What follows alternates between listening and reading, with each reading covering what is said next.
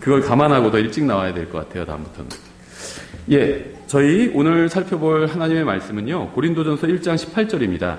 고린도전서 1장 18절. 십자가에 관해서 말씀하고 있는데요. 저희가 이제 특히 그리스도인과 관련해서 십자가에 관한 몇 가지 사실을 좀 살펴보려고 합니다. 고린도전서 1장 18절이죠.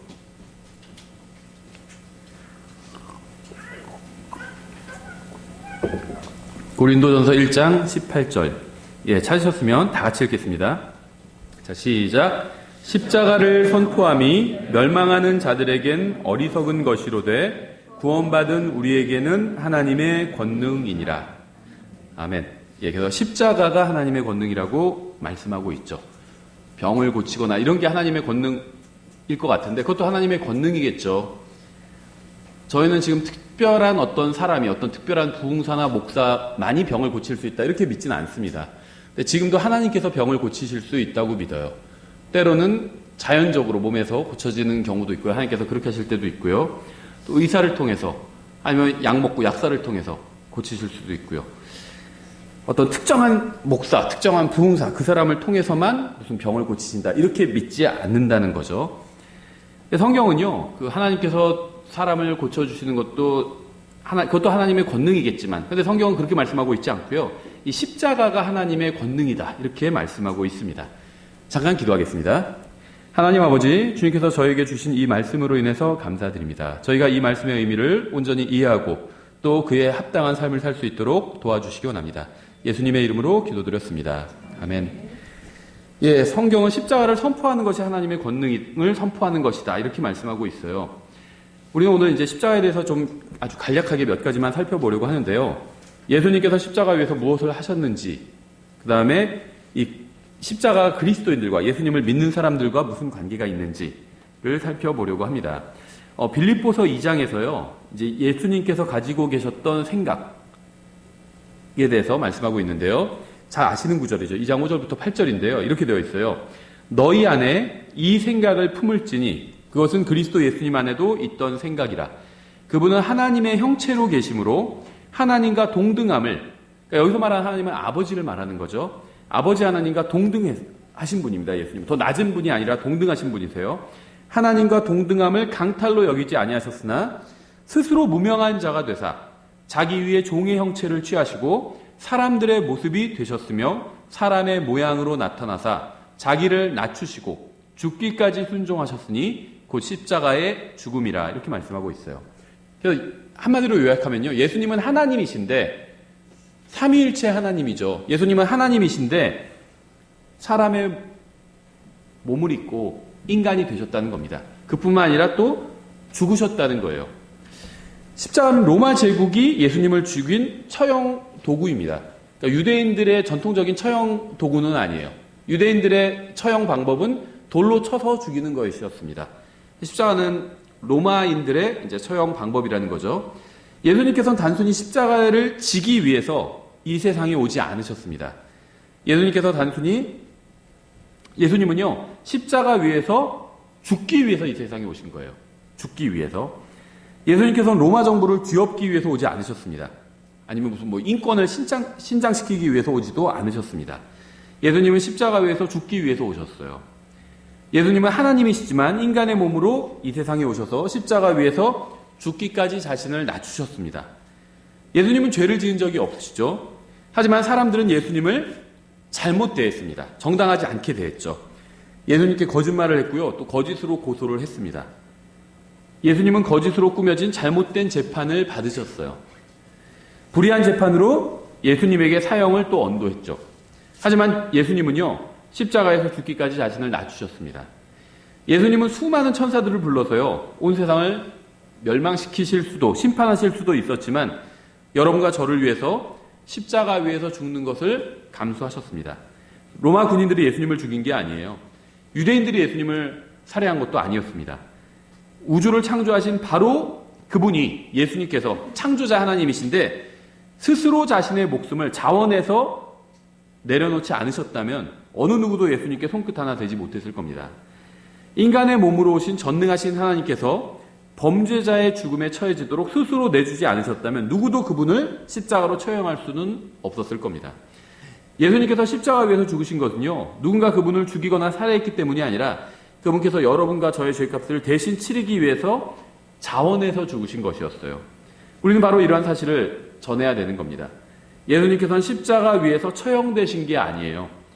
살해당하신 것도 아닙니다. 예수님께서는 저와 여러분을 대신해서 자원해서 십자가 위에서 죽으셨습니다. 이 사실을 우리가 다른 사람들에게 전해줘야 돼요. 예수님께서 십자가에 달리셨을 때요, 사람들이 뭐라고 말했는지 아세요? 마태복음 27장 39절에 이렇게 되어 있어요. 지나가던 자들은 자기 머리를 흔들고 그분을 욕하며 이르되 성전을 헐고 사흘 만에 짓는 자여 내 자신이나 구원하라. 내 자신이나 구원하라.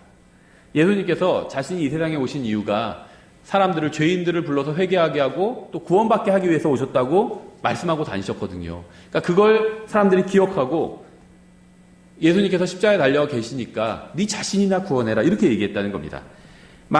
내가 만약 하나님의 아들이거든 십자가에서 내려오라 하고 그와 같이 수제사장들도 서기관들과 장로들과 함께 그분을 조롱하여 이르되 그가 남들은 구원하였으나 자기는 구원할 수 없도다. 그가 이스라엘의 왕이라면 지금 십자가에서 내려올 것이라. 그러면 우리가 그를 믿겠노라. 전능하신 하나님께서는 인간의 몸으로 오셔서 인간의 죄값을 치르시고 인간의 혼을 지옥에서 구원하기 위해서 십자가 위에서 죽으셨습니다. 그런데 본문에 나온 사람들은요, 예수님의 십자가를 본 대부분의 사람들, 전부는 아니죠. 예수님의 사랑하는 제자인 요한도 있었고요. 또 예수님을 따르던 여자들도 있었잖아요. 또 예수님의 육신의 어머니인 마리아도 있었죠. 그 사람들은 예수님을 조롱하지 않고 슬퍼했었죠. 그래서 몇몇 그 소수의 그 사람들을 제외한 대부분의 사람들은 예수님을 조롱했습니다. 예수님께서는 그 사람들을 위해서 죽어주셨지만 사람들은 그분을 거부하고 조롱하고 비웃고 욕을 했어요. 만약 여러분이 십자가 위에서 죽으신 구원자와 그분의 구원에 대해서 선포하면요, 사람들은 대부분 이런 비슷한 반응을 보이게 될 겁니다. 사람들이 우리의 구원자께서 십자가 위에서 돌아가실 때 그런 반응을 직접 목격한 사람들도 그런 반응을 보였잖아요. 우리가 그분을 선포할 때 비슷한 반응을 보인다고 해서 이상하게 생각할 게 전혀 없다는 겁니다. 십자가를 선포하면요, 대부분의 사람들은 비웃거나 무시하거나 조롱하거나 이상하게 생각한다는 겁니다. 마가복음 15장에도 비슷한 말씀이 있죠. 15장 29절에 지나가던 자들은 자기 머리를 흔들고 그분께 욕하며 이르되 아하, 성전을 헐고 사흘 만에 짓는 자여 내 자신이나 구원하고 십자가에서 내려오라 하고 그와 같이 수제사장들도 서기관들과 함께 조롱하며 자기들끼리 이르되 그가 남들은 구원하였으나 자기는 구원할 수 없도다.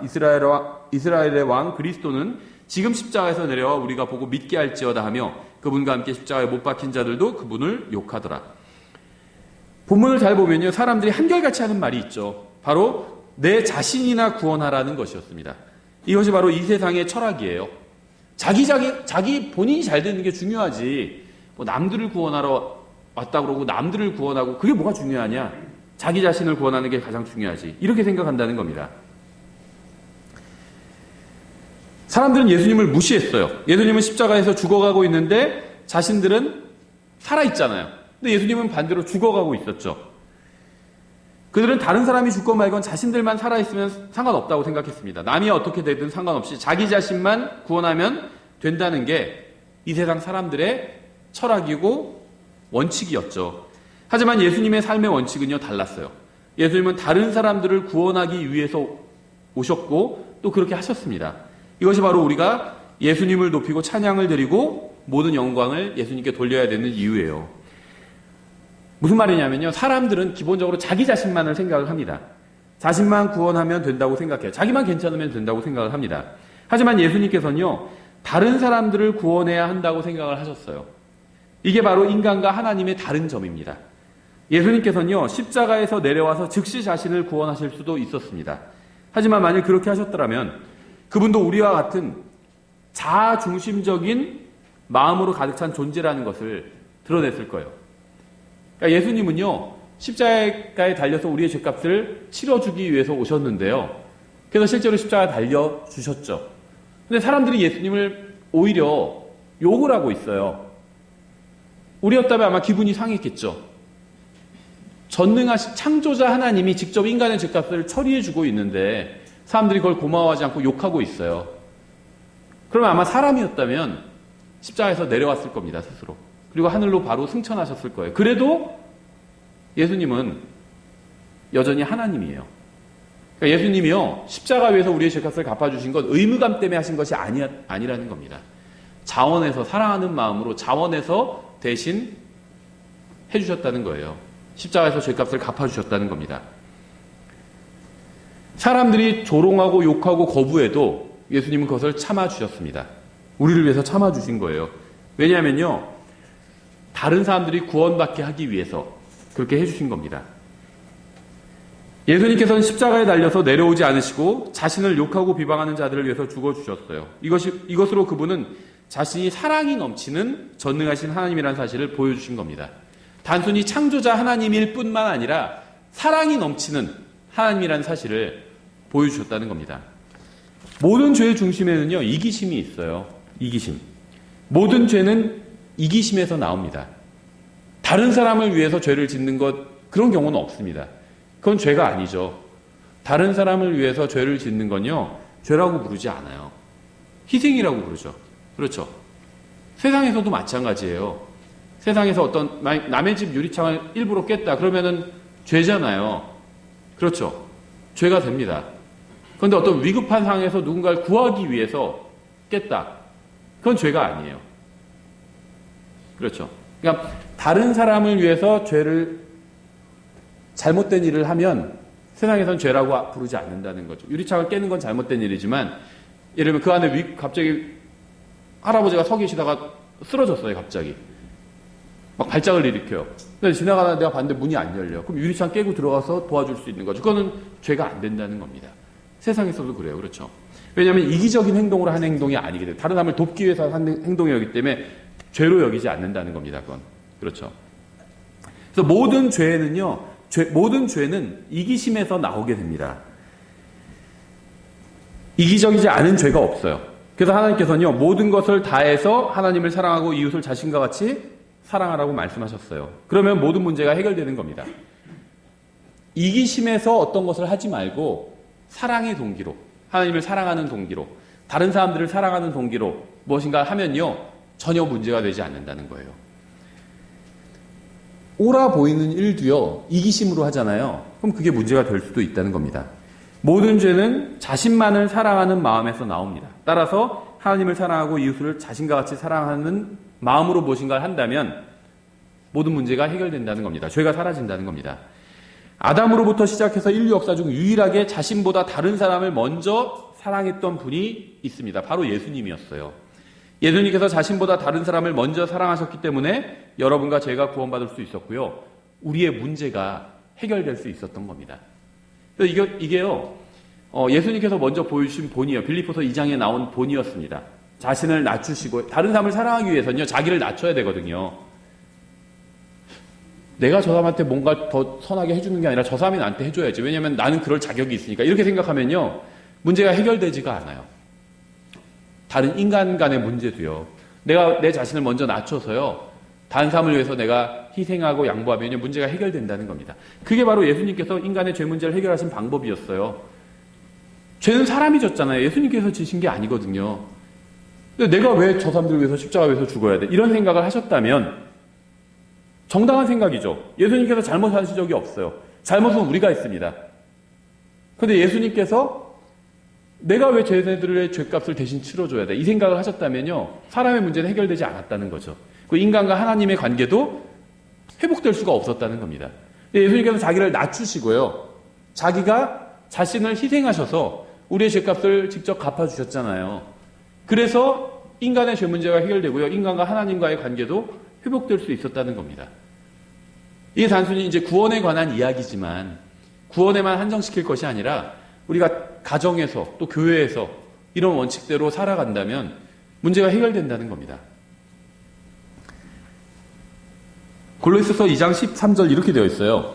또 너희의 죄들과 너희 육체의 무할례 가운데서 죽었던 너희를 하나님께서 그분과 함께 살리시고 너희의 모든 범법을 용서하셨으며 우리를 대적하고 우리를 반대하던 규례들을 손으로 기록한 것을 지우시고 그것을 길에서 치우사 그분의 십자가에 못 박으셨으며, 이렇게 말씀하고 있습니다. 빌라도는 예수님의 십자가 위에 명패를 붙였어요. 근데 예수님의 십자가 주위에 있던 사람들은 그 명패를 이제 볼 수 있었죠. 예수님께서 십자가 위에서 달리셨을 때 하나님께서는 십자가와 예수님 사이에 무엇인가를 두신 겁니다. 무슨 말이냐면요. 사람들이 예수님을 십자가에 못 박았죠. 근데 하나님께서 그렇게 하도록 허락해 주신 거죠. 예수님께서 자신을 내어주셨기 때문에 사람들이 예수님을 십자가에 못 박을 수 있었던 겁니다. 근데 사람들이 예수님을 십자가에 못 박을 때 하나님께서 그 사이에 십자가가 있고요. 예수님이 그 위에 달리셨고 못으로 박아서 고정시킨 거잖아요. 십자가에 예수님을. 근데 그렇게 못 박을 때 하나님께서는 예수님과 십자가 사이에 무엇인가를 껴 넣으셨다는 겁니다. 그래서 같이 못 박히게 하셨다는 거예요. 같이 못 박히게. 그게 무엇이었을까요? 바로 우리를 반대하던 규례들을 손으로 기록한 것이었대요. 그걸 십자가에 못 박으셨다는 겁니다. 그게 뭘까요? 우리를 반대하던 규례들을 손으로 기록한 것. 무엇일까요? 율법이에요. 법입니다. 법. 하나님의 법. 근데 법은 어떤 기능이냐면요. 잘하는 사람을 칭찬하는 기능은 없어요. 법은 기본적으로. 못하는 사람을 책망하고 정죄하고 벌을 주는 기능만 있습니다. 형법 같은 경우에 그렇죠. 살인한 사람은 처벌을 한다는 규정이 있어요. 근데 살인을 안 한 사람은 참 훌륭하다 이렇게 칭찬하는 규정은 없습니다. 그러니까 어떤 법을 잘 지키면 구원받는다 이렇게 생각하는 건요 대단한 착각인 겁니다. 법은 그렇지 않아요. 그걸 잘 지키면은 그 사람을 어떻게 뭐 좋게 해준다, 구원해준다 이런 기능은 어느 법에도 없습니다. 다만 법을 어기면 처벌하고 심지어 사형으로 처벌하는 경우도 있고 법은 처벌하기 위해서 있는 거예요. 율법도 마찬가지입니다. 하나님께서는 그 율법은요 사람들을 정죄하는 기능이 있어요. 율법은 이스라엘 백성에게만 주신 거죠. 근데 율법은요 하나님의 기준이 무엇인지를 보여줍니다. 하나님의 기준이 뭔지를 보여줘요. 이런 거 다 하면 안 되고 하나님 앞에 나아가려면 최소한 이런 건 다 하면 안 된다. 이런 걸 기록해 놓은 게 율법입니다. 그래서 이런 것 중에 그 중에서 하나라도 어기면 하나님 앞에서는 부정하다는 거예요. 하나님 앞에 나올 수 없다는 겁니다. 근데 어느 누구도 율법을 다 지킬 수 있는 사람이 없잖아요. 사도 바울은 아주 구원받기 전에도요 종교적으로 아주 훌륭한 사람이었습니다. 근데 딱 하나가 문제였죠. 겉으로 보이는 모든 율법은 다 지켰어요. 누가 봐도 참 훌륭한 종교인이다 라고 말할 수 있을 정도로 완벽한 종교 생활을 했습니다. 근데 사람들이 나의 마음은 볼 수 없잖아요. 사도 바울이 갖고 있었던 문제는 바로 탐심에 관한 거였죠. 마음이 문제가 있었던 겁니다. 그러니까 사람들 앞에서는 전혀 드러나지 않지만 하나님 앞에서는 드러나는 문제였잖아요. 그래서 율법은요 하나님의 기준을 보여줍니다. 하나님의 기준을 보여줘요. 그래서 율법은요 내가 하나님 앞에서 부족하다는 사실을 드러내 보여주는 겁니다. 그런데 그 율법을 십자가에 함께 못 박아 버리셨다는 겁니다. 넌 내 앞에 다른 신들을 두지 말라. 어떤 색인 형상도 만들지 말라. 내 아버지와 어머니를 공경하라. 이런 율법도 함께 십자가에 못 박아 버리셨다는 겁니다. 이러한 말씀들이 바로 우리를 반대하던 규례들이에요. 율법이. 하나님께서는 이러한 규례들도 예수님과 함께 십자가에 못 박아 버리신 겁니다. 그래서 어떤 일이 일어났을까요? 예수님의 피가 단순히 저의 죄만 덮어버린 것이 아니라 저를 대적하던 규례들도 같이 덮어버리신 거예요. 그래서 하나님께서는요, 저를 규제하시고 정죄하실 만한 법이 없는 겁니다. 그런 법이 없는 거예요. 또 우리가 하나님을 섬겨야 되는데요, 의무감에서 섬기는 게 아니에요, 이제는. 사랑의 동기로 섬기는 겁니다. 사랑의 동기로. 그게 무슨 말인지 아세요? 내가 하나님을 섬기지 않아도요, 하나님께서 나를 벌 주지 않으신다는 겁니다. 여러분이 하나님을 사랑하는 동기로 섬기면요, 하나님께서는 기뻐하시는 거예요. 근데 섬기지 않아도요, 벌 주지 않으신다는 거예요. 이해는 하지만 그 굉장히 잘못된 대표적인 일반적인 교회에서 가르치는 교리가 있는데요. 바로 11조에 관한 교리예요. 저는 11조가 잘못됐다는 얘기를 하는 건 아닙니다. 내가 내 수입의 10분의 1을 헌금을 하겠다 하면 나쁜 게 아니죠. 좋은 거죠. 그런데 제가 그 반대하는 건 어떤 거냐면요. 하나님께서는 사랑이 많으신 분이기 때문에 어떠한 죄인도 다 용서해 주신다고 가르쳐요. 보통 교회에서도 그렇죠. 어떠한 죄인도 다 용서해 주신다는 건 어떠한 죄도 하나님 앞에서 다 용서받을 수 있다는 그런 얘기입니다. 유독 하나님께서 용서해 주지 않으시고 화를 내시는 죄가 하나가 있어요. 바로 11조를 하지 않는 죄. 그렇게 가르쳐요. 다른 죄는 다 용서받지만 11조를 하지 않으면 용서받지 못한다. 이런 식으로 가르치는 사람들이 많이 있다는 겁니다. 그래서 11조를 하지 않으면 뭐 사고가 나게 해서 뭐 병원비로 쓰게 한다든지 그런 식으로 하나님께서 다 챙겨가신다는 거예요. 그게 어떻게 챙겨가는 건지 모르겠지만 병원에서 챙겨가는 거지 하나님께서 챙겨가시는 게 아닌데 11조를 하지 않아도 하나님께서 화를 내시지 않습니다. 우리에게 어떤 의무를 지으신 게 없어요. 우리에게 어떤 책임을 주셨고 우리가 하나님 앞에서 책임을 지고 있는 건 있죠. 다른 사람들한테 복음을 전하고 예수님의 증인으로서 그런 직책을 받았어요. 하지만 우리가 어떤 걸 의무감에서 그걸 하지 않으면 벌 받을까 봐 해야만 되는 그런 건 없다는 겁니다. 우리를 정죄하는 것이 다 사라져 버렸다는 거예요. 아무것도 주님을 위해서 하지 않고 가도요. 그리스도의 심판석에서 부끄럽겠죠. 다른 사람들은 뭐 하나라도 주님을 위해서 한 게 있는데 나는 아무것도 없어요. 부끄럽겠죠. 근데 그 자리에서 막 매를 맞고 벌을 받는 자리는 아니라는 겁니다. 그리스도의 심판석은요. 포디움이에요. 시상대입니다. 그래서 잘한 사람이 벌을 받는 자리지 거기서 올림픽 나가서 본선에 진출한 16명 중에서 1, 2, 3등까지만 그 포디움에 설 수가 있죠. 15등은 어떻게 될까요?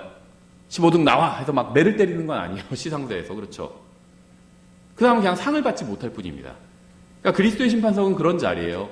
매를 맞는 자리는 아닙니다. 다만 상을 못 받겠죠. 내가 주님을 위해서 한 것이 없다면. 어느 것도 강제로 해야 되는 건 아닙니다. 교회 안 다닌다고 해서 그 사람 가다가 뭐 벼락 맞는 건 아니라는, 교회 가지 않고 뭐 아침에 등산 갔다고 해서 벼락 맞는 건 아니라는 거예요.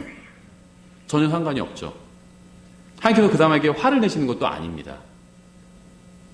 근데 나중에 하늘나라에 가보면 얼마나 안타깝겠어요. 나에게 주어졌던 귀중한 돈과 시간과 내 인생을 쓸데없는 거 하느라 시간을 낭비했다 생각한다면, 낭비해버렸다고 생각한다면 얼마나 아쉽겠어요. 그렇죠? 우리를 반대하던 규정들이요, 다 십자가에 못 박혀버렸습니다. 그래서 예수님의 피가 저의 죄만 덮어버린 것이 아니라요, 우리를 반대하던 규정들도 다 버렸어요. 근데 다만 이것은 믿는 자들에게만 적용되는 거죠. 믿지 않는 사람들의 죄는 예수님의 피가 덮지 않았잖아요. 그래서 그 사람들을 반대하던 것도 덮여지지 않았거든요. 그 규례들도. 근데 믿는 사람에게는요, 우리의 죄도 예수님의 피가 덮어버리고요, 우리를 정죄하던 율법의 하나님의 말씀들도요, 다 덮어버렸다는 겁니다. 예수님의 피로. 그래서 더 이상 내가 지은 죄들도 덮였죠. 나를 정죄하던 규례들도 다 덮어버렸죠. 그래서 나는 더 이상 정죄함이 없는 거예요. 그래서 정죄함이 없는 겁니다. 그리스도 안에 있는 사람은. 그래서 제가 예수 그리스도를 저의 개인적인 구원자로 받아들였을 때 저의 죄만 용서받은 것이 아니라 더 이상 저를 정죄하던 율법의 정죄도 이제 받지 않게 된 겁니다. 그것도 다 덮여버린 거예요. 나의 죄도 다 덮이고 나를 정죄하던 규례들도 다 덮여버린 겁니다. 그래서 더 이상 정죄함이 없는 거예요. 그리스도 안에 있는 사람들에게는. 저는 죄에게 종으로 팔렸던 사람이었습니다. 죄를 지을 때마다 죄에게 종 노릇한 거예요. 언젠가 죄에 대한 값을 치르기 위해서 죽어야만 했습니다. 하지만 예수님께서 오셔서 저의 죄값을 치러주셨어요. 그래서 제가 예수님을 구원자로 믿는 순간 예수님께서 십자가 위에서 하신 일은요, 효력을 발휘해서 저의 죄값을 즉시 치러주게 된 것입니다. 그러니까 예수님께서 십자가 위에서 하신 일은요, 저의 예를 들면 계좌에 돈을 넣어주신 거예요. 그런데 제가 어디서 짜장면을 먹어요. 저의 계좌에 돈이 있다고 해서 값이 치러지는 건 아니잖아요. 그렇죠? 제가 카드를 내고 긁어야 값이 그 순간에 딱 치러지면서 저의 계좌에서 돈이 싹 나가는 거죠. 그러니까 예수님께서 십자가 위에서 죄값을 치러주셨다는 건요, 온 세상의 모든 사람들의 계좌에 넣어주신 거예요. 죄값을 치를 수 있는 돈을 충분히 넣어주신 겁니다. 근데 내가 믿을 때 그게 이제 카드를 싹 긁는 거예요. 결제하는 거예요. 그때 죄값이 싹 실제로 지불되는 거죠. 적용이 되는 거죠. 따라서 저는 죄값을 치르기 위해서 지옥에 가지 않아도 돼요. 죽음도 저를 지옥으로 보낼 수가 없습니다. 죄도 저를 지옥으로 보낼 수가 없어요. 누구도 저를 지옥으로 보낼 수 없게 된 겁니다. 왜냐하면요, 저의 죄값만 치러진 것이 아니라 저를 정죄하던 규례들도 다 예수님의 피로 덮였기 때문에 저의 죄에 대한 값이 모두 다 치러진 겁니다. 에베소서 2장 11절에 이렇게 되어 있어요. 그러므로 기억하라. 너희는 지나간 때에 육체로는 이방인이요 손으로 육체에 행하는 할례를 받아 할례자라 불리는 자에 의해 무할례자들이라 불리던 자들이라. 그때 너희는 그리스도 밖에 있었고 이스라엘 연방 국가 밖에 있던 외인들이며 약속의 언약들에서 분리된 낯선 자요 세상에서 소망도 없고 하나님 밖에 있던 자들이었으나 한때 멀리 떨어져 있던 너희가 이제는 그리스도 예수님 안에서 그리스도의 피로 가까워졌느니라. 그분은 우리의 화평이시니라.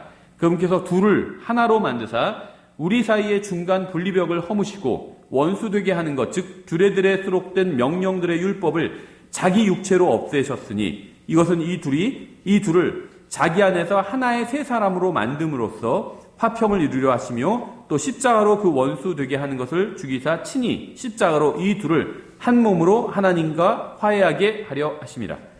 이 말씀의 의미가 뭘까요? 11절에서 유대인과 이방인이 할례자와 무할례자가 예수 그리스도의 십자가로 인해서 하나의 새 사람이 되었다고 말씀하고 있습니다.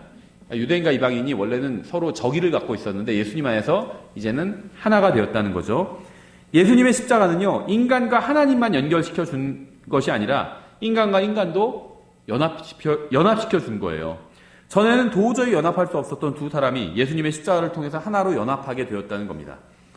예수 그리스도의 십자가를 통해서 서로 미워하던 사람들이 사랑할 수 있게 되었다는 거예요. 왜냐하면 구원받은 사람의 내면에서 하나님께서 일하기 시작하셨기 때문에 이것이 바로 십자가의 능력이라는 겁니다. 하나님께서 사랑이라는 사실을 알기 전에는요, 다른 사람을 진정으로 사랑할 수가 없었어요. 성령님을 소유하기 전에는요, 다른 사람을 제대로 사랑할 수가 없었습니다. 왜냐하면요, 성령님의 열매가 바로 사랑이기 때문이에요. 그래서 성령님을 내 안에 모셔드려야 그때부터 다른 사람을 이제 제대로 사랑할 수 있게 된다는 겁니다. 예수님께서 우리를 사랑하셨던 것처럼 우리도 성령님을 통해서 예수님의 사랑을 갖고 살 수가 있고 그 사랑을 사용하면서 살 수가 있게 되었다는 겁니다. 여러분의 육신은 다른 형제 자매를 사랑하는 걸 원하지 않을 수도 있어요. 하지만 성령님께서 안에 내주하시면요, 내주하시는 사람은 다른 형제 자매를 사랑할 수 있는 능력을 가지고 있는 겁니다. 내 육신과 다른 사람의 육신이 충돌하잖아요. 이걸 이제 다른 말로 하면 스타일이 안 맞는 거예요. 나와. 뭐 코드가 안 맞는 거고. 난 그걸 좋아하지 않는데 저 사람은 어떤 걸 좋아하고. 서로 뭐가 안 맞는 겁니다. 그럼 사랑하기가 힘들죠. 서로 맞지가 않으니까. 그러니까 나의 힘으로는 사랑하기가 힘들어요. 나는 나와 잘 맞는 사람, 잘 어울릴 수 있는 사람, 그런 사람, 좀 통할 수 있는 사람들과 사랑하고 싶어요.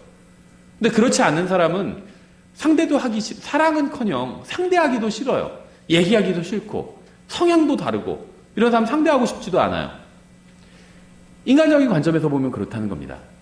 근데 예수님은요, 모든 사람을 사랑해 주셔서 십자가에 달려서 대신 죽어주셨죠.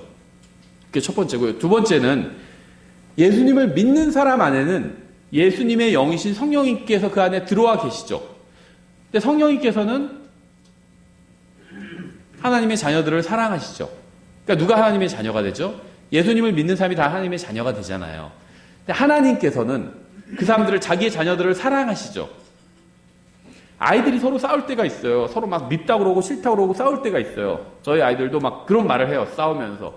쟤 미워. 막 그거 없었으면 좋겠어 하고 미워. 막 그렇게 얘기해요. 그럴 때 이제 저도 그런 얘기를 하거든요. 아빠는 다 사랑해. 이렇게 얘기를 하거든요. 제가 없었으면 좋겠고, 전엔 그런 얘기도 했었어요. 이제 그런 얘기를 하잖아요. 교육을 받잖아요. 이제 유치원 아이들이 뭐 무서운 아저씨 따라가면 안 돼. 요즘은 무서운 아저씨뿐만 아니라 무서운 아줌마, 무서운 언니도 따라가면 안 되죠. 하여튼 무서운 아저씨 따라가면 안 돼. 그런 교육을 시키거든요. 그러니까 싸울 때 그런 얘기를 해요. 제 무서운 아저씨한테 갖다 주래요.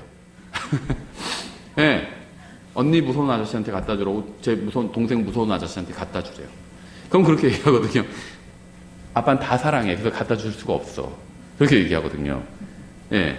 하나님도 마찬가지로 우리도 그럴 때가 있어요. 쟤 그냥 저 사람 좀 다른 교회 좀 가버리던지. 독립침례교도 지금 그래도 서울 경기권에 꽤 되잖아요. 근데 왜 하필 우리 교회 나와가지고 딴 데 좀 가지. 이렇게 생각할 수도 있어요. 근데 하나님은 그렇게 보시지 않겠죠. 다 사랑하겠죠.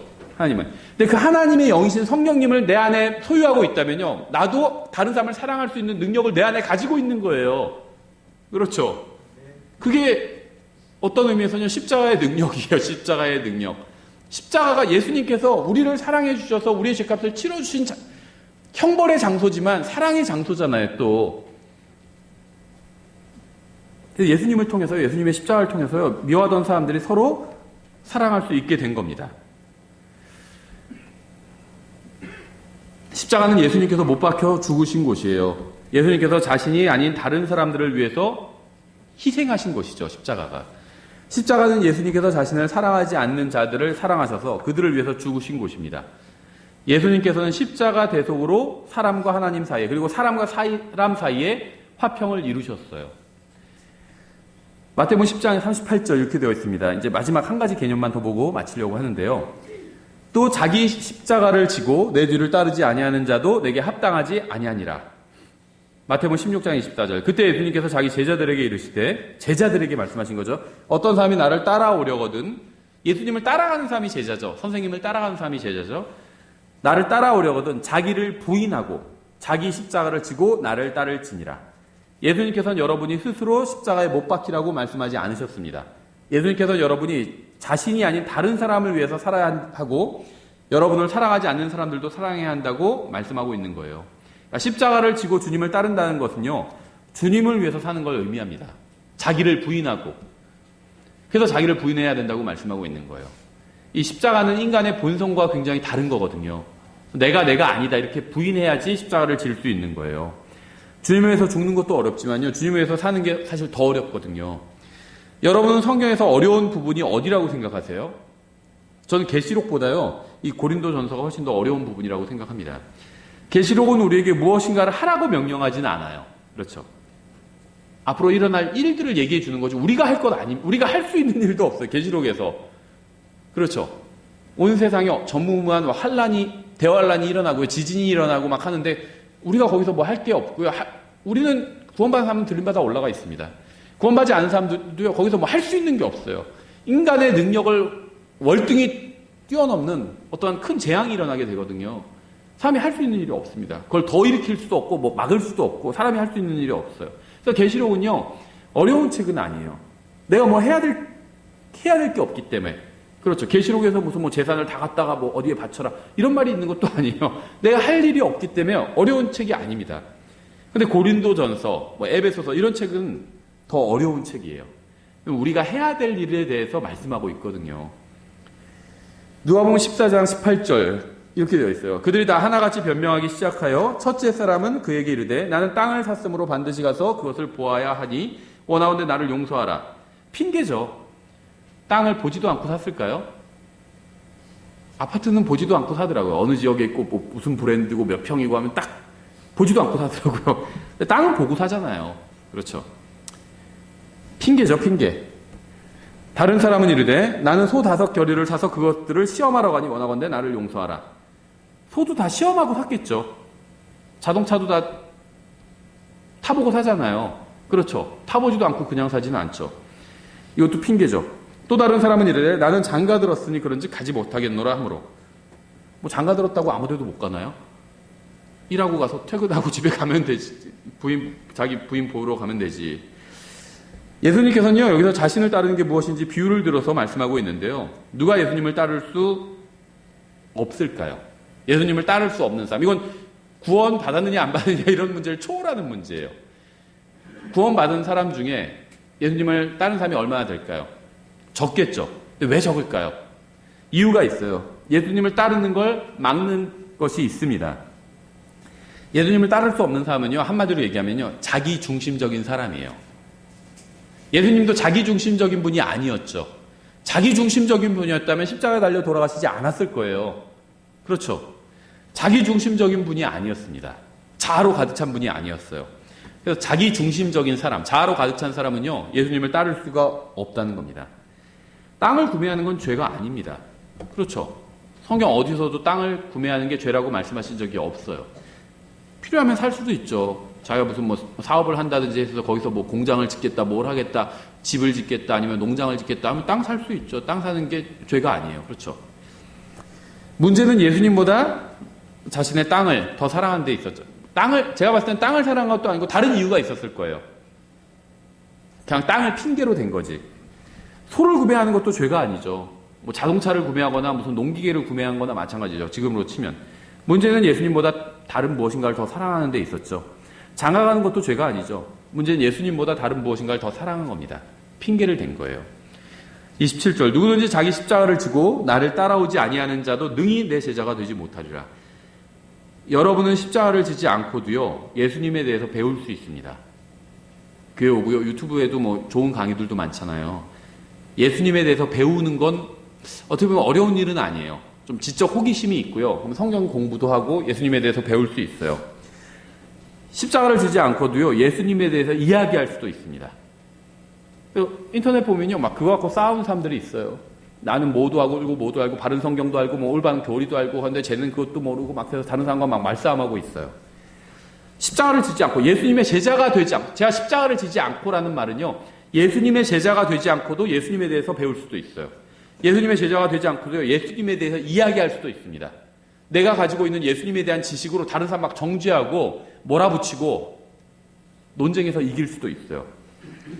여러분은 십자가를 지지 않고도요, 예수님을 위해서 사는 사람들과 어울릴 수도 있습니다. 같은 교회 다니고요, 같이 어울릴 수도 있어요. 여러분은 십자가를 지지 않고도요, 찬송가를 부를 수도 있습니다.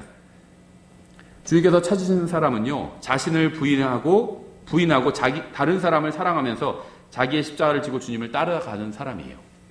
성경은 이러한 사람이 바로 예수님의 제자라고 말씀하고 있습니다. 그리고 성경은요, 예수님의 제자들을 그리스도인이라고 부르고 있어요. 그리스도인을 다른 말로 하면 기독교인이잖아요. 우리는 뭐, 난 기독교인인데 이런 말 자주 하죠. 흔하게 하죠. 어렵지 않게 합니다. 저도 그래요. 어디서 뭐 기독교인이세요? 그러면 복잡하게 따지지 않고 그냥, 네, 그렇게 얘기해요. 그 사람이 묻는 건 교회 다니세요? 예수님 믿으세요? 이런 의미로 물은 거니까, 그렇죠? 그럼 거기서, 기독교인의 성경적인 의미는요? 막 이러고 따질 필요는 없어요. 그냥 기독교인이세요? 그럼 네, 그렇게 얘기하는데, 하나님 앞에서 나는 정말 그리스도인인가? 난 정말 예수님의 제자인가?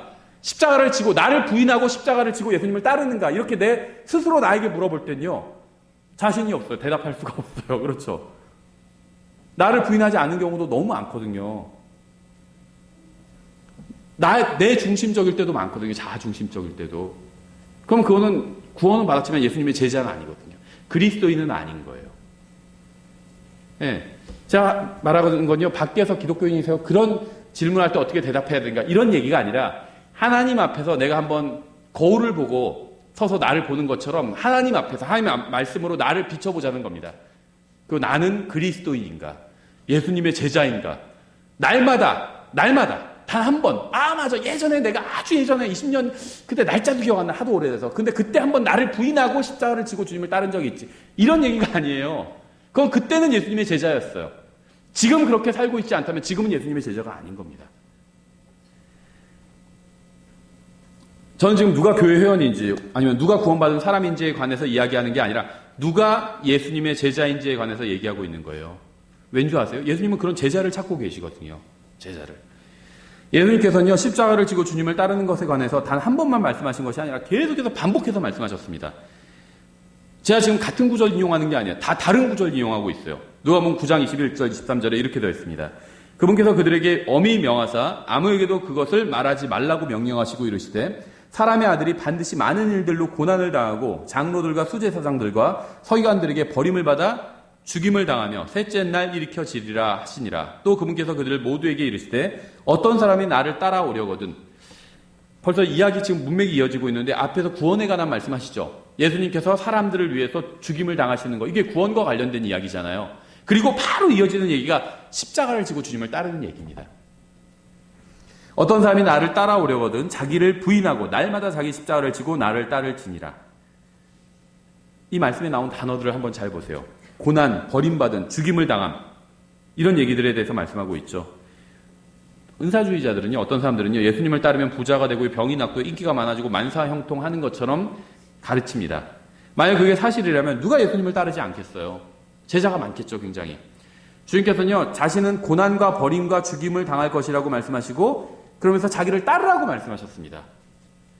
예수님을 따르는 예수님의 제자가 많지 않은 게 절대 놀랄 일이 아니라는 거죠. 독립침례교회 마찬가지죠. 저는 지금 제가 막 비판하는 건요, 막 킹제임 성경 믿지 않는 잘못된 교회들, 엉터리 교회를 가르치고요, 이상한 거 가르치는 잘못된 교회들, 이단 교회들, 그 사람들 얘기하는 게 아니에요. 킹제임 성경을 믿고 바른 교리를 믿고 있는 독립침례 교회에서도요, 예수님을 따르는 제자가 많지 않다는 겁니다. 사람의 제자는 많아요. 목사님 제자도 많고요, 어떤 훌륭한 어떤 사람 제자도 많고요, 사람을 따르는 사람들은 많아요. 근데 예수님을 따르는 예수님의 제자가 없다는 거예요. 예수님을 따르는 건요, 그냥 자기가 마음대로 하는 것이 아니라 자기를 부인하고 십자가를 지고 예수님을 따르는 겁니다. 그게 예수님을 따르는 거예요. 그럼 십자가를 지는 게 뭐냐? 여러 번 말씀드렸죠. 십자가는요, 하나님을 위해서 선택하는 거예요. 고난을 감수하는 게 십자가입니다. 하나님을 위해서 고난을 감수하는 게 십자가예요. 근데 이건 선택할 수가 있어요. 세상에서 당하는 고난, 그거는 십자가가 아닙니다. 내가 집에 무슨 갑자기 뭐 사업이 어려워졌다. 이거는 십자가가 아니에요. 그건 내가 선택한 게 아니죠. 내가 사업이 어려워진 걸 선택해야지. 그런 사람 없잖아요. 그러니까 갑자기 힘든 일 닥친 거, 어려움이 닥친 거, 이거는 십자가가 아닙니다. 그러니까 십자가도 이런 형태로 일어나요. 고난의 형태로 나오지만요, 내가 선택할 수 있는 겁니다. 내가 그렇게 안 해도 돼요. 직장에서 일할 때 타협해도 됩니다. 그렇죠. 예를 들면 뭐 승진하기 위해서 돈도 좀 먹이고요. 상사 비유도 맞춰주고요.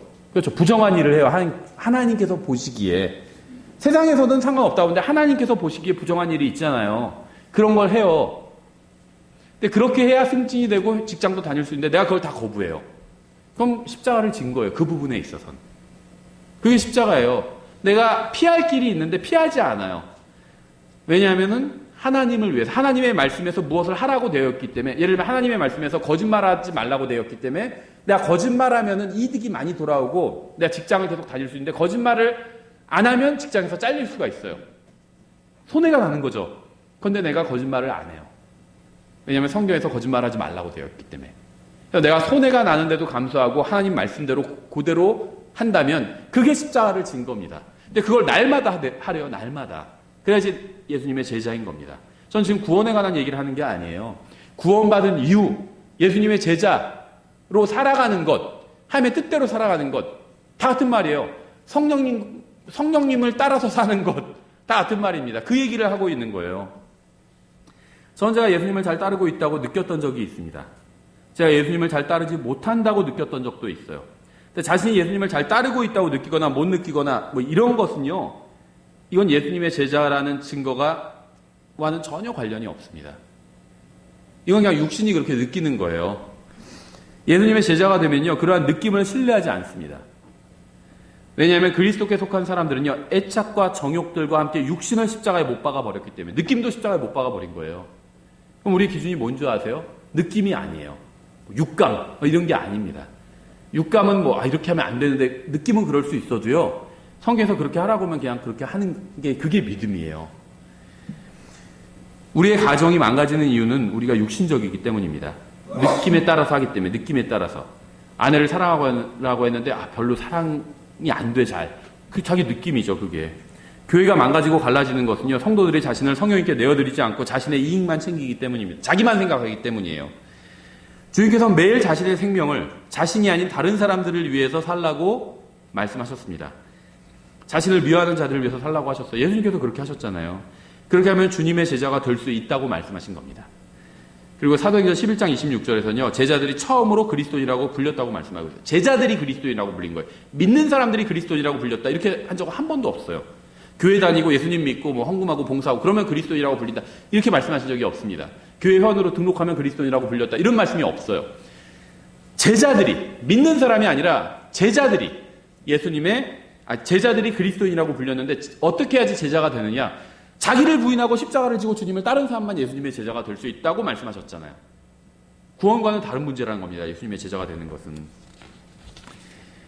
마지막으로 한 가지 본문만 보고 마치겠습니다. 마가복음 8장 34절인데요. 마가복음 8장 34절. 제가 지금 같은 구절 이용하는 게 아니라 다 다른 구절 이용하고 있어요. 십자가에 대해서 굉장히 많은 구절이 있어요. 마가복음 8장 34절에 그분께서 전에 사람들을 자기 제자들과 함께 불러 그들에게 이르시되 누구든지 나를 따라오려거든 자기를 부인하고 자기 십자가를 지고 나를 따를지니라. 누구든지 자기 생명을 구원하려 하는 자는 그것을 잃되 누구든지 나와 복음으로 인해 자기 생명을 잃을 자는 바로 그것을 구원하리라. 사람이 만일 온 세상을 얻고도 자기 혼을 잃으면 그에게 무슨 유익이 있겠느냐? 사람이 무엇을 주어 자기 혼을 대신하게 하겠느냐? 그러므로 누구든지 이 음란하고 죄 많은 세대에서 나와 내 말들을 부끄러워하면 사람의 아들도 자기 아버지의 영광 중에 거룩한 천사들과 함께 올 때 그를 부끄러워하리라 하시니라. 여기는 약간 이제 십자가 플러스 왕국에 관한 말씀이 있는데요. 저희가 이제 3월부터 왕국에 대한 설교를 오전에 12번 연속으로 하려고 합니다. 그래서 여기서는 자세한 이야기는 하지 않을게요. 다만 이제 여기서도 자기를 부인하고 자기 십자가를 지고 예수님을 따라야 제자가 될 수 있다, 이렇게 말씀하고 있죠. 한 가지만 더 생각해 보면요. 예수님의 십자가 아래에는요, 예수님에 대해서 아주 나쁜 말을 하는 사람들이 있었죠. 예수님을 욕하고 조롱하는 사람들이 있었죠. 사람들이 자신을 욕하고 미워하고 거부하는데도 예수님께서는 왜 그들을 위해서 죽어주셨을까요? 예수님께서 자신보다 그들을 더 염려하셨기 때문이었습니다. 근데 우리는 어떻죠? 사람들이 반대하고 비난하면요, 우리는 십자가를 선포하는 것을 중단합니다. 왜냐하면 우리는 우리를 반대하고 비난하는 사람들보다 우리 자신을 더 염려하기 때문이에요. 나의 기분, 나의 감정을 더 염려하기 때문에.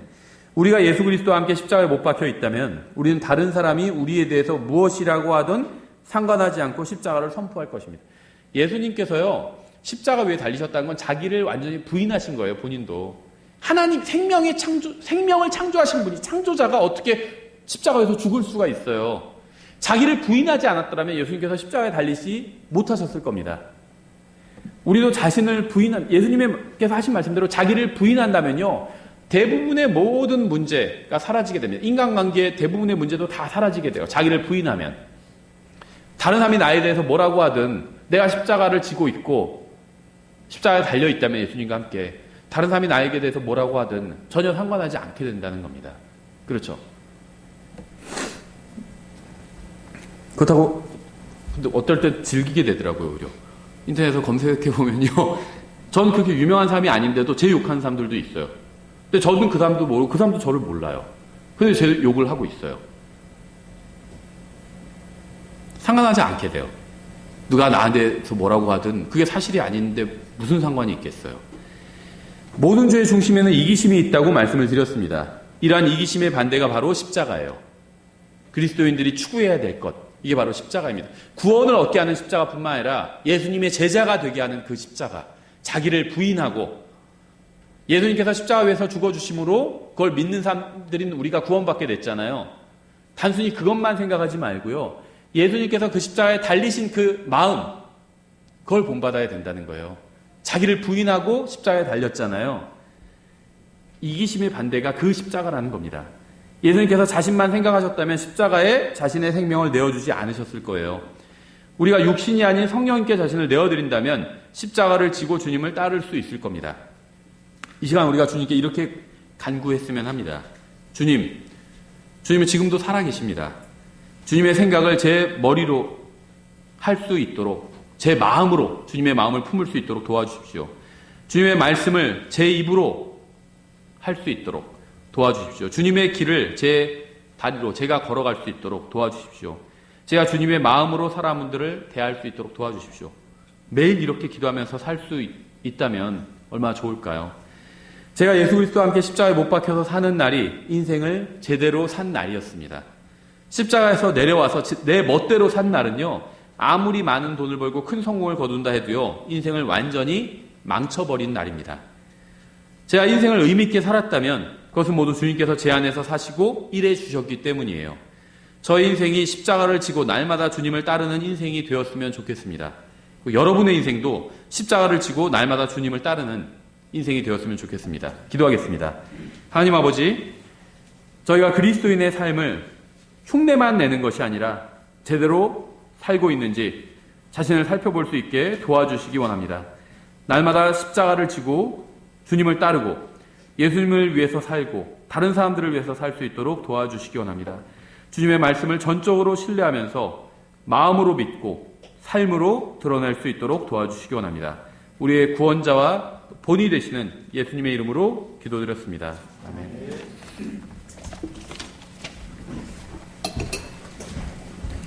네, 다 같이 자리에서 일어나셔서 찬송가 870장 마침 찬양하시겠습니다.